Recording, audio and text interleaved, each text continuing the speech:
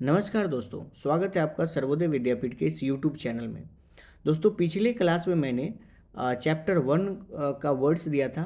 आज मैं चैप्टर 2 का वर्ड्स दे रहा हूँ, लेकिन उससे पहले जो पिछले क्लास में हम लोगों ने पढ़ा है उसको हम लोग एक बार रिकैप कर लेते हैं।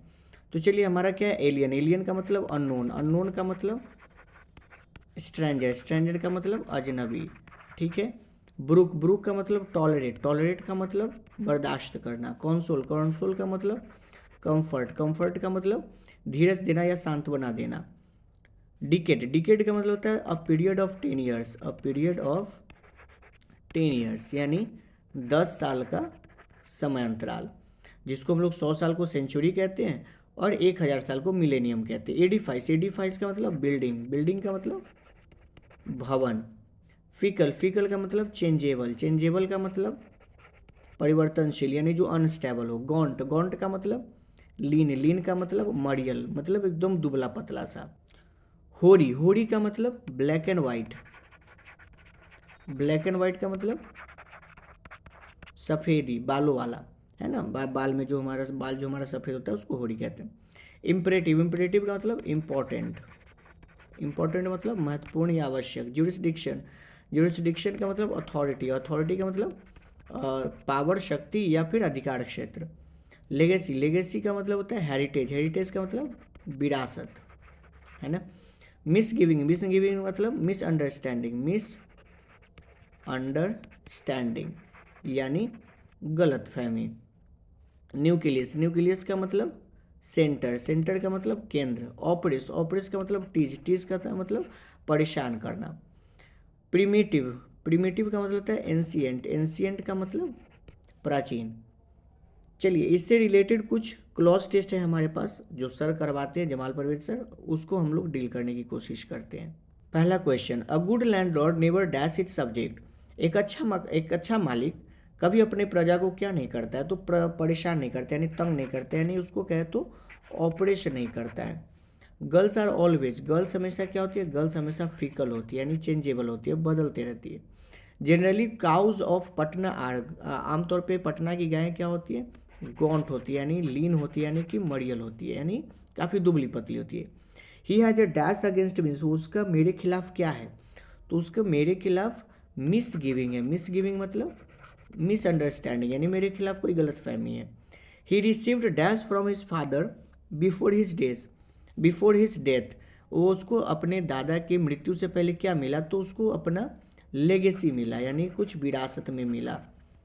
आई shall not any delay in the work.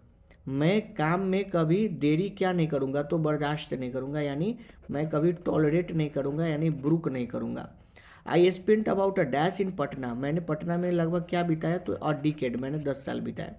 I am quit dash here. मैं यहाँ क्या हूँ? तो मैं यहाँ बिल्कुल एलियन हूँ, अजनबी हूँ। नेक्स्ट है हमारा, my grandfather has dash hair. मेरे दादाजी के बाल कैसे हैं? तो होरी है, यानी सफ़ेद है। Our coaching has a beautiful. हमारे कोचिंग का क्या है? कोचिंग के पास क्या है?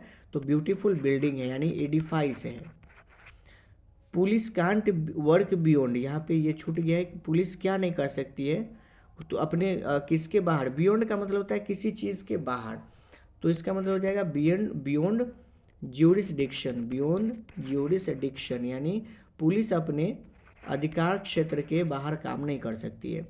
Sachin was the dash of Indian cricket team. Sachin Indian cricket team के क्या थे? तो वो केंद्र थे, यानी न्यूक्लियस थे। The teachers dash me by saying that English is not difficult. Teacher ने हमको क्या कहा? तो टीचर ने हमें कंसोल किया, यानी सांत्वना दिया, धीरज दिया कि बेटा देखो क्या है, इंग्लिश जो है वो डिफ़िकल्ट नहीं है।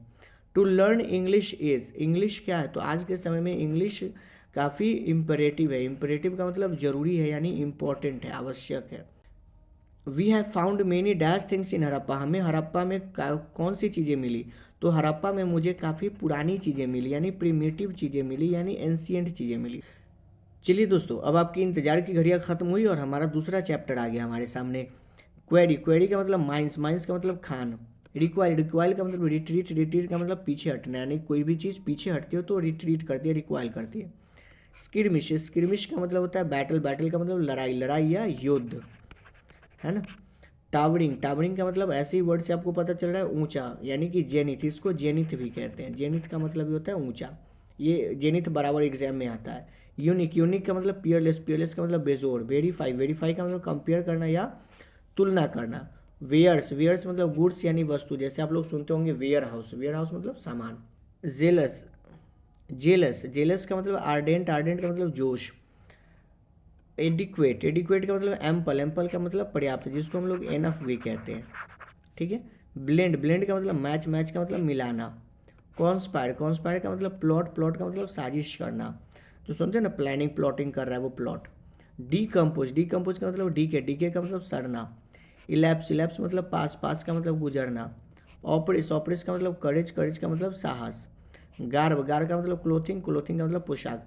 कपड़ा का हम लोग और भी अंग्रेजी जान सकते हैं, जैसे आप ड्रेस जानते होंगे, अपैरल जानते होंगे, फिर आप कॉस्ट्यूम जानते होंगे, फिर आप क्लोथ तो जानते ही हैं अभी, अच्छा ये तो ऑलरेडी मेंशन्ड है।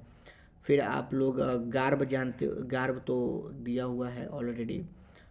मैं आपको गारमेंट्स बता दूँ, गारमेंट्स होता है, ठीक है। ये कुछ और भी वर्ड है, rag, R A G, rag होता है।